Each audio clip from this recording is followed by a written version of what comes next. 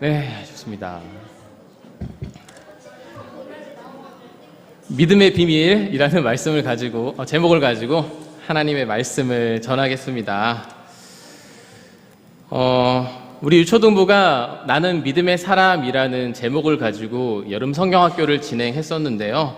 그것을 한번 돌아봤으면 좋겠다라는 생각을 가지고 다시 한번 그 믿음에 대해서 한번 말씀을 준비를 해보게 되었습니다. 믿음이란 무엇인가? 라는 질문은 매번 하게 되는 것 같아요. 모든 종교에는 믿음이 필요합니다. 왜냐하면은 보이지 않는 것을 믿기 때문이죠. 우리가 보고 있는 성경과도 같은 이 책이 있는 종교가 있어요. 이걸 이제 경전이라고 하는데, 경전에 있는 대표적인 종교 뭐가 있을까요, 우리 친구들? 경전이요? 이런 성경 책이 있는 어떤 종교 뭐가 있을까요? 네. 예, 유대교 있고요. 대표적인 또 종교가 있죠? 네, 이슬람교, 유교, 불교, 도교, 원불교, 힌두교 등이 있는데요. 반면에 이런 경전이 없는 종교도 있어요. 어떤 종교일까요? 무엇을 섬기는 종교일까요? 바로 자연을 섬기는 종교가 있죠. 네, 해와 달, 바위, 강, 바다를 신으로 숭배하는 종교, 자연 숭배교라고 불리기도 합니다. 예를 들어서 그런 게 있어요. 우리나라에서는 장독대 아시죠? 장독대 위에다가 맑은 물을 떠놓고 누군가를 위해 눈을 감고 두 손을 모아서 정성을 다해서 소원을 빌었다고 해요. 자, 기도의 대상이 이렇게 부르죠. 천지신명님, 신명님, 칠성님, 하늘님 이라면서 알 수 없는 신에게 이제 기도를 하게 되는 거죠. 현재도 이렇게 하는 분들이 있다고 해요. 그리고 이게 드라마 소재에서도 종종 등장하기도 하죠. 왜 보이지 않는 신에게 이렇게 비는 걸까요? 왜 비는 걸까요? 이제 근본적으로 인간에게는 보이지 않는 어떤 신의, 절대적인 신에 대해서 의지하고 싶은 마음이 있기 때문이죠. 그 신에게 자신의 가족과 공동체의 행복을 빌기 위해서 기도를 하는 것입니다. 자, 우리 유초등부 친구들은 모르겠지만은 이제 학교 성적이나 수능이 중요해지는 고등학교로 올라가게 되면요, 진짜로 모르겠는 문제를 보면 어떤 신한테 빌고 싶어요? 어떤 신에게 빌고 싶습니까? 수학신이요? 잘 찍어야 되잖아요. 잘 찍어야 되니까 무슨 신이요? 네, 찍신이라고 그러나요? 네.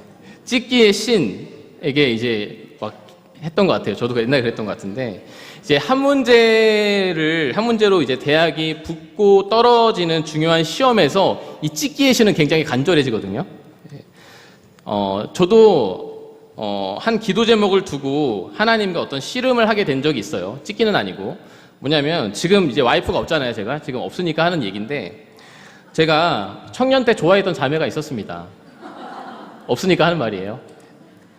그 자매에게 제가 이제 그런 시도를 했었거든요. 10번 찍어 안 넘어가는 나무 없다고 한 3번을 제가 고백을 했어요. 예, 와, 3번 했습니다. 별로 없을 거예요, 3번. 네. 근데 어떻게 됐을까요? 당연히 안 됐겠죠. 잘 안 됐습니다. 자, 자매가 이런 말을 하는 거죠. 오빠는 남자로 보이지 않아. 그냥 오빠야. 예, 그렇죠. 그래서 제가 하나님께 이것 때문에 새벽 기도를 갔어요. 한 달 동안. 한 번도 안 빠지고. 이거를 위해서 도대체 뭘까? 나 이 자매를 계속 좋아하고 싶은데 그런 마음이 있었던 것 같아요. 그래서 기도를 했습니다. 이 관계가 맞습니까, 주님? 그런데 결국에는 마지막에 하나님께서 4번째 고백을 할 때 체념을 하게 하시더라고요. 이건 아니다. 이건 아니다. 그래서 한동안 그 교회에서 자매를 제가 어땠을까요? 보기가 굉장히 부끄럽고 어려웠겠죠. 어려웠겠죠. 제가 그때는 그랬던 것 같아요. 굉장히 뭐랄까, 왜 안 됩니까? 라고 떼를 쓰고 싶었던 것 같아요. 떼를 쓰고 싶었던 것 같아요. 하나님한테. 근데 반전은 지금은 아름답고 또 지혜로운 와이프를 만나서 결혼을 했으니 주님의 뜻이라고 감히 생각해 보지만 우리는 참 믿음이 부족해서 자신이 원하는 걸 쉽게 받아들이지 못할 때가 많다는 생각을 하게 됩니다. 믿음은 그래서 우리도 모르는 사이에 철저하게 자기중심적일 때가 너무나도 많은 것 같아요. 누군가를 믿음이 없다고 정죄할 때도 그것도 마찬가지인 것 같아요. 이처럼 기독교가 자연을 숭배하는 것과 마찬가지로 이 자기만을 위해서 우리가 기독교를 믿는다면 그것은 가치가 없는 것이겠죠. 그런 것 같아요. 십자가를 금송아지랑 바꾸는 것과 다를 바가 없고 그 금송아지를 마치 숭배의 대상, 사람으로 바꿔서 기도하는 것과 다를 바가 없는 것이죠. 여러분들에게 그러면은 믿음이란 무엇일까요? 보이는 것만 진짜다라고 믿는 시대에 믿음은 우리에게 얼마나 중요한 것일까요? 자, 먼저 오늘 말씀은 하나님을 기쁘게 하는 게 뭐에 있다라고 얘기하고 있죠, 우리 친구들? 뭐에 있다? 하나님의 기쁨이 믿음에 있다라고 하는 구절이에요. 그래서 맨 먼저 우리는 믿음의 조상이라 불리우는 누구를 이야기했었죠? 감사합니다. 아브라함의 이야기로 오늘 다시 한 번 더 살짝 가보고 우리의 믿음이 무엇이어야 할지를 나누는 시간이 됐으면 좋겠습니다. 아브라함을 떠올리면 가장 먼저 떠오르는 사건 뭐가 있을까요? 우리 친구들 뭐가 있습니까? 사가 내용이 뭐였어요? 까먹었습니까? 네, 맞아요. 똑똑합니다. 자, 감사해요. 자, 하나님의 명령이 있었습니다. 어떤 명령이요? 아브라함이 늦게 낳은 아들인 가장 사랑하는 독자 누구? 이삭을 제물로 바치라는 명령이 있었습니다. 이 말씀을 들은 아브라함은 어땠을까요? 감정이 굉장히 절망적이었을 거예요. 자, 그런데 말씀을 보면은 아브라함은 어때요? 이 주님의 명령에 어떤 의문을 품지 않고 불평을 하거나 불순종하지 않아요. 어떻게 해요? 네, 순종합니다. 근데 여기서 아브라함은 제물로 바치라는 말을 듣고 그러면 마지막 순간에 이삭을 살려주시겠지라고 생각했을까요? 생각하지 않았을 거예요. 아브라함의 생각은 뭐가 있었을까요? 이것이 하나님의 뜻이겠지. 하나님의 뜻은 무엇일까요? 솔직히 잘 모를 때가 있고 또 그게 뭔가가 하나님의 뜻이었으면 좋겠다라고 생각할 때가 우리 자신의 기준에서 그런 게 한두 번이 아니죠. 결론적으로 하나님의 뜻이 무엇인지 성경을 통해서 우리가 알 수 있는 부분이 있지만 그것이 우리 100% 우리의 삶과 그대로 적용될 수 있는 것은 아닐 때가 많죠. 아까도 말했지만은 내가 어떤 직업을 가져야 되는지 혹은 어떤 배우자를 내가 만나야 하는지를 성경이 구체적으로 이야기하지는 않거든요. 오히려 태도에 대해서 말을 하시죠.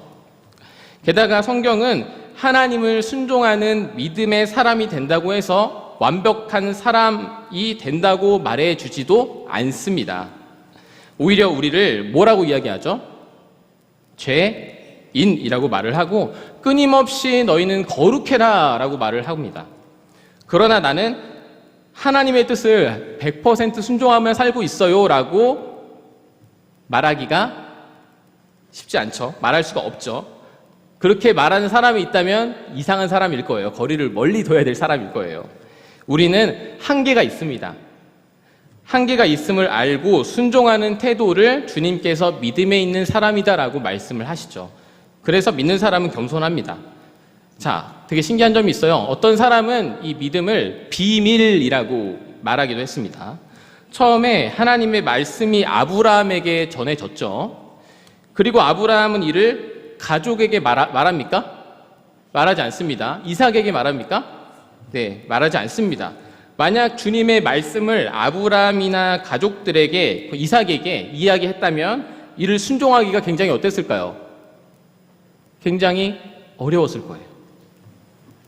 주님은 이 비밀을 간직하고 주님의 말씀을 온전히 순종하기 위해서 모리아 산으로 올라가게 됩니다. 그리고 이삭을 제물로 바칠 준비를 하기 시작하죠. 그 다음에 이야기는 여러분들 잘 아시겠죠? 만약에 믿음이 전부 다 설명이 됐어요. 저는 그게 믿음이 아니라고 생각합니다. 이렇게 가정을 해볼게요. 하나님께서 아브라함에게 너 아들을 제물로 바치면 이런저런 걸 해주겠다. 복을 주시겠다. 제물도 주고 성공할 수 있는 인맥도 주고 세상의 모든 복을 주겠다라고 주님은 결코 약속하시지 않습니다. 모든 것이 확정되고 대가가 있다면 그것은 더 이상 비밀이 아니게 되겠죠. 이 시대를 살면서 우리는 기브 앤 테이크를 말하죠. 여러분 아세요? 기브 앤 테이크? 몰라요? 네. 네. 그래서 우리가 자주 하는 말이 그런 거잖아요. 자, 특히 우리 유초등부 친구들한테 물어볼게요. 자, 친구들이나 어른들이 무언가를 부탁했을 때 뭐라고 대답해요? 안 사요? 그럼 부모님이 얘기했을 때 알겠습니다. 그래요? 네, 뭐 해줄 건데 맞아요. 네. 뭐 해줄 건데라고 하지 않아요? 지금 부모님이 말씀하신 것 같아요. 지금 뭐 해줄 건데라고 하고 있지 않나요? 그러나 성경은 믿음에 대한 상을 보이지 않는 은혜라고 이야기를 하시고 그것을 하나님의 영광이다라고 말씀을 하세요. 그러나 이 말씀에 그럼 세상의 복은 나쁜 거고 하늘의 보상만 중요해라고 말하는 거는 솔직히 너무 지나친 생각이기도 합니다. 반대로 내가 예수님을 믿었더니 이렇게 됐어, 내가 이렇게 성공했어 라는 것도 굉장히 위험하죠. 우린 이걸 딱 나눠서 이원론 쪽으로 여길 필요는 없습니다. 더 중요한 거는 우리가 하나님의 뜻 가운데, 하나님의 은혜로 살아가는 거예요. 주님의 뜻이 무엇인지 잘 모르지만 그 길이 험하고 어렵고 좁은 길이지만 그것이 맞다고 생각하고 우리의 몸을 던져보는 거예요. 순종해 보는 거예요. 그래서 믿음은 확실하면서도 불확실합니다. 이게 무슨 말일까요? 우리가 아브라함 방금 전에 이야기했던 것처럼 믿음은 보이지 않아야 돼요. 인간의 입장에서는 너무나 불확실하고 너무나 두렵기도 하죠. 여러분 혹시 시골 같은 데 가서 가로등 없는 길 같은 거 걸어보셨나요? 우리 시골 갔을 때. 네. 어때요? 아무것도 안 보이지 않습니까? 깜깜하지 않아요? 믿음이 어쩌면 이와 같아요. 내가 잘 가는지도 모르겠어요. 길에서 떨어질까봐 굉장히 노심초사하고 무섭죠. 어떤 이는 이 종교를 믿는 이유에 대해서 자신의 불안정한 어떤 심리를 안정시키기 위해서라고도 하는데요. 사실은 기독교인이 된다는 거 좀 불안해지는 것과 같아요. 믿음이라는 것은 계속해서 보이지 않는 주님의 뜻을 따라 살아가는 것이기 때문에 그럴 때가 있어요. 보이는 것만 쫓는 세상의 논리와는 굉장히 다르죠. 반대로 믿음에 확실한 근거가 있습니다. 그게 뭘까요? 확실한 근거. 우리가 믿는 대상이 누굽니까? 확실히 우리가 보이는 대상, 바로 예수 그리스도예요. 예수님께서 죄인인 우리를 위해 십자가에 못 박히셨다는 사실은 너무나 어떻습니까? 확실하죠. 이러한 예수님의 행동을 우리는 한 단어로 뭐라고 이야기하죠? 바로 은혜라고 이야기를 합니다. 은혜는 자격 없는 사람에게 어떠한 대가 없이 주는 행위를 말하죠. 예수님은 자신보다 우리가 뛰어난 점이 있어서 죽으신 것이 아니었고요. 그저 너무너무 우리를 사랑하셨기 때문에 하나님의 명령에 순종하시고 십자가에 못 박히셨어요. 이것이 성경이 말하는 확실한 바죠. 그런데 사람들이 왜 믿지 않나요? 보이지 않기 때문에 그래요. 맞아요. 그리고 자기가 더 뭐합니까? 더 소중하니까. 예배소서 한번 2장 8절 말씀을 우리가 한번 찾아봤으면 좋겠는데 은혜에 대해서 이제 말씀을 하시고 여기서 중요한 단어를 하나 찾아볼 수 있는데요. 한번 같이 예배소서 2장 8절 한번 찾아볼까요? 네, 신약입니다. 네, 에베소서 2장 8절에 대해서 한번 찾아보겠습니다.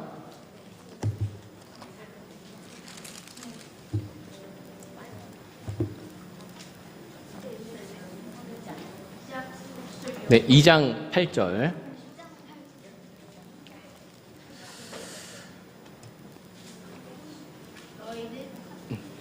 네, 같이 한 목소리로 읽도록 하겠습니다. 시작. 너희는 그 은혜에 의하여 믿음으로 말미암아 구원을 받았으니 이것은 너희에게 난 것이 아니요 하나님의 선물이라. 아멘. 여기서 중요한 단어가 있죠. 뭔 것 같으세요? 네, 맞아요. 잘 찍네요. 네, 바로 잘 찍었어요. 바로 이 은혜가 하나님의 뭐라고 이야기하냐면 선물이다라고 이야기를 하고 있거든요. 우리 친구들한테 선물을 줄 때 어떤 마음을 가지고 줘요? 축하하는 마음, 그쵸? 근데 이 선물이라는 단어에 그 두 가지가 있는데, 선물 영어 단어 두 가지 있는 거 아세요? 아니. 자, 그 선물이 사용된 이 영어 번역을 보게 되면요. 프레젠트가 있고 기프트가 있잖아요. 그 중에 뭘까요? 네, 기프트예요. 여기서 나온 건 기프트인데 무슨 차이냐면요. 이제 프레젠트가 대가와 보상을 바라는 어떤 선물의 의미를 가지고 있다면 기프트는 보답이 처음부터 없는 선물을 말하고 있습니다. 그러니까 프레젠트는 그 친구 사이에서 서로 교환해야 되는 어떤 보상에 대한 형식을 갖고 있다면 기프트는 뭐예요? 선물을 해줬을 때 다시 보상을 해줘야 된다가 아니라 어떤 기대도 없이 주는, 일방적으로 주는 선물을 이야기하는 거예요. 기프트. 여기에 많은 부모님들과 우리 어린 친구들도 있는데요. 한번 친구들한테 물어보겠습니다. 부모님이 선물해주면서 너 어른이 되면 이거 다 갚아야 돼 라고 요구하시면서 주신 적이 있나요? 아무도 없나요? 정말 다행입니다. 네, 뭐 장난으로 그런 말씀을 하실 수도 있겠지만 부모님의 마음은 절대 그렇지가 않을 거예요. 네, 그렇죠. 이런 부모님의 마음을 우리가 한번 탕자의 비유로 한번 설명할 수 있을 것 같은데요. 이제 조건 없는 무한한 그 하나님의 사랑을 보여주는 게 탕자의 이야기잖아요. 이제 간단하게 설명을 하자면 이제 한 사람에게 아들 둘이 있었는데 작은 아들이 아버지 재산 중에 내게 돌아올 몫을 주라고 요구하자 아버지께 이 작은 아들이 어떻게 합니까? 그것을 주죠. 그리고 아들이 길을 떠납니다. 근데 이 아들이 어때요? 어떻게 해요? 경제 개념이 없어서 이 아들이 세상을 떠돌아다니다가 주신 재산을 어떻게 하죠? 모두 탕진하고 거지가 됩니다. 그러다가 그 나라에 큰 흉년이 들어서 돼지가 먹는 지엄 열매로 하루하루를 버티다가 아버지에게 돌아가죠. 그는 그때 이런 생각을 합니다. 부모님 밑에 있으면 내가 최소한 굶어 죽지는 않았겠지라고 생각을 한 거예요. 돌아간 둘째 아들에게 그 돈을 다시 찾아와! 라고 버럭 소리를 지르고 등짝을 때려도 시원찮을 판에 아버지는 아들에게 어떻게 하죠? 네, 안아줬죠. 네, 성대한 환영 잔치를 해주죠. 자, 여기서 아버지의 사랑은 그럼 뭐예요? 프레젠트예요? 아니면 기프트예요? 네, 기프트입니다. 보상이 필요 없는 사랑을 베풀어 주신 거죠. 이것을 바로 뭐라고 부른다고요? 두 글자로 그 전에? 선물 전에? 네, 은혜. 맞아요. 은혜. 그걸 바로 은혜라고 부르는 거예요. 은혜. 네, 이 이야기의 주인공은 그럼 누구예요? 아들일까요? 아버지일까요? 아버지입니다. 완전한 사랑을 보여주신 아버지예요. 네, 감사해요. 대답해 주셔서. 사실 주님께서 우리에게 요구하시는 거는 매번 이 빈털터리가 되어도 그 품에 돌아가려는 것에서 출발하는 것 같아요. 우리의 믿음은요. 저는 그렇게 거지가 되고 집으로 돌아가기로 결단하고 그 길에서까지 이 작은 아들이 굉장히 고민을 많이 했을 것 같거든요. 우리 친구들, 이 잘못한 일에 대해서 부모님께 솔직히 털어놓기 쉽지 않죠? 혼날까봐 두렵잖아요. 그래서 숨기지 않아요? 아니에요? 네. 그래서 조마조마하잖아요. 그런데 여기 아버지는 그를 뭐라고 나무라지 않으세요. 잘 돌아왔다라고 기뻐하고 있습니다. 기뻐하고 계세요. 그 길을 다시 돌아가기로 결단하는 것을 우리가 뭐라고 한다고요? 결단하는 거. 그 사랑을 알고. 바로 그거를 믿음이라고 해요. 믿음. 우리가 비록 죄인이고 면목이 없지만 내가 오로지 의지해야 할 사람이 바로 아버지구나라는 것을 깨닫는 것이 바로 믿음이에요. 또한 아버지께서는 우리에게 그렇게 자유도 허락해 주세요. 오늘 말씀 보시면 이거 탕자의 비유를 보시면은 아버지도 작은 아들에게 재산을 주었다는 건 물론 아들에 대한 그런 염려와 걱정이 있었겠지만 믿고 맡기고 싶은 그런 마음이 있었을 거예요.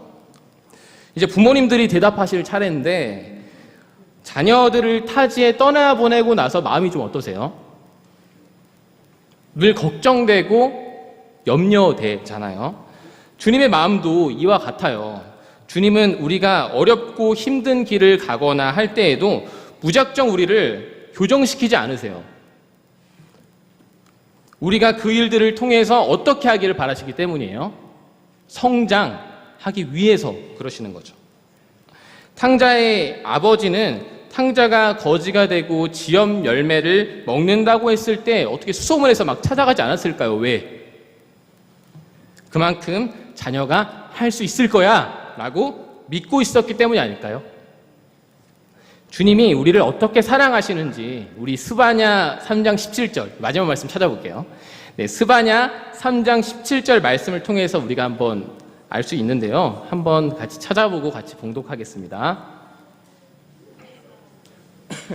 네, 스바냐 3장 17절입니다.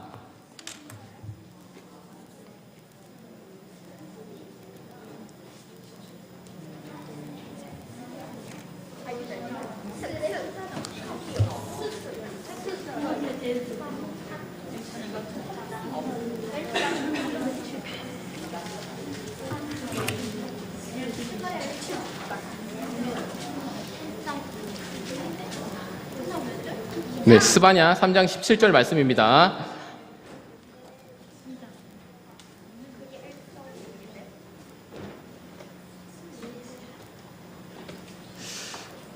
네, 그럼 한 목소리로 읽도록 하겠습니다. 시작. 너의 하나님 여호와가 너희 가운데에 계시니 그는 구원을 베푸실 전능자이시라. 그가 너로 말미암아 기쁨을 이기지 못하시며 너를 잠잠히 사랑하시며 너로 말미암아 즐거이 부르며 기뻐하시리라 하리라. 아멘. 우리를 바라보시면서 기쁨을 이기지 못한다라고 말씀하고 계십니다. 이것이 바로 부모님의 마음이에요.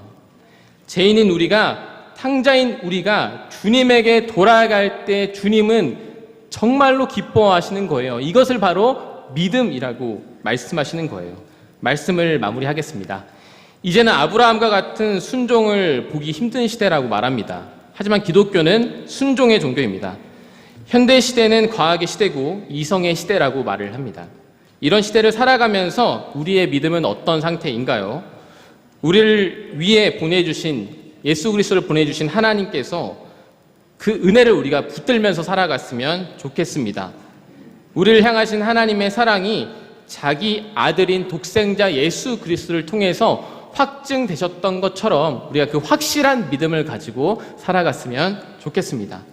주님의 기쁨으로 충만한 우리의 믿음이 되고 매 순간 부족하지만 연약하지만 쓰러지지만 돌아갈 때 우리가 그 순종의 길을 걸을 때 참으로 주님께서 기뻐하신다는 사실을 잊지 않고 살아가시는 우리 모든 성도 여러분 되시기를 축복합니다. 기도하겠습니다. 하나님 아버지 감사합니다. 오늘도 이렇게 함께 말씀을 나눌 수 있는 귀한 시간 허락하여 주셔서 감사합니다. 주님, 보이지 않는 것처럼 보여도 우리에게 허락하여 주신 그 예수 그리스도의 놀라운 그 확실한 복음을 믿고 따라갈 수 있도록 주님 함께하여 주시고, 주님께서 그것이 참된 기쁨이라고 말씀하셨던 것처럼 우리 삶의 매 순간 그 주님의 사랑을 품고 누군가에게 그 사랑을 증거하는 삶을 살아갈 수 있도록 주님, 믿음의 비밀을 알고 있는 우리가 그렇게 세상의 빛과 소금으로서 역할을 잘 감당할 수 있도록 주님 함께하여 주시옵소서. 감사드립니다. 예수님의 이름으로 기도합니다.